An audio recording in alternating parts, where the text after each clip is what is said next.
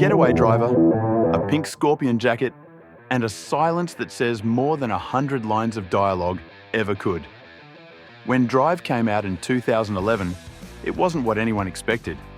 It looked like a high-octane action flick, but what we got was a slow-burn neon fairy tale wrapped in a crime thriller. Over a decade later, it hasn't faded. It's grown into a cult classic. Today, we're diving into what makes Nicolas Winding Refn's Drive so unforgettable, and why it still hits like a punch to the gut, in slow motion.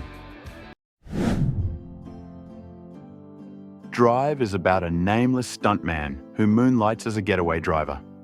He meets a woman, Irene, and her son, and for a brief moment, life feels gentle.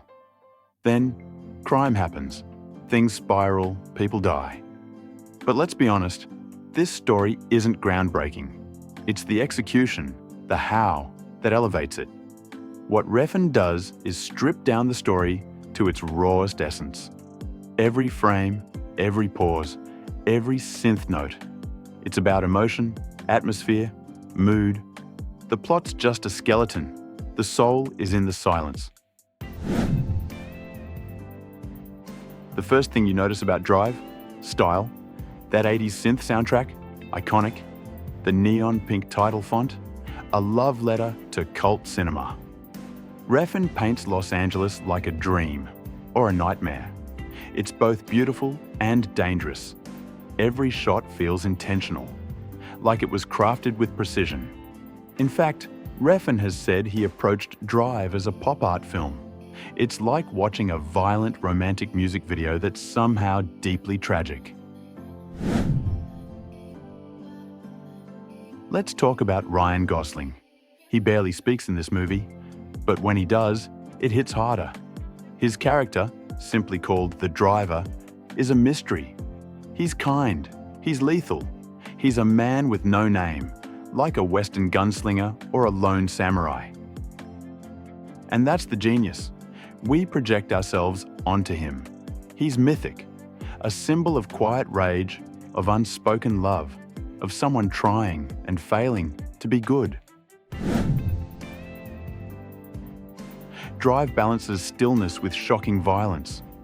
1 second, you're in a tender, slow-motion kiss in an elevator.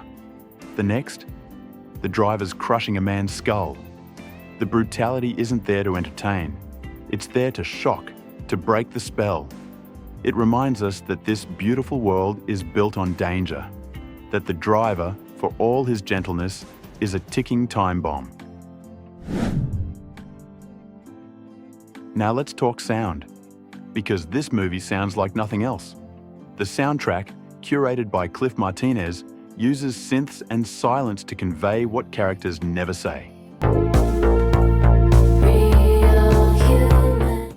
Tracks like Night Call and A Real Hero feel both nostalgic and melancholic.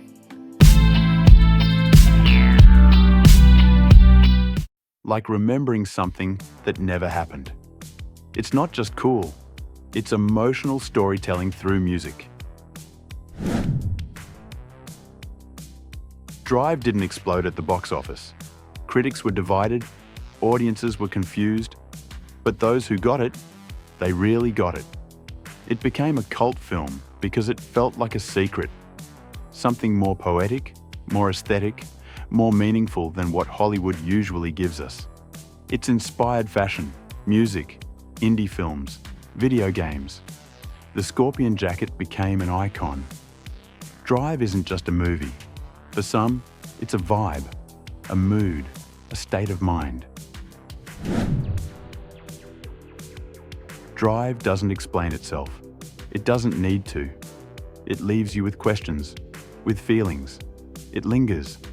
And maybe that's why it sticks.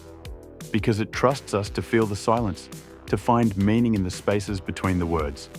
A real hero, a real human being. If you enjoyed this breakdown, hit like, subscribe, and let me know in the comments. What's your favorite scene in Drive? Thanks for watching. Keep your engines running.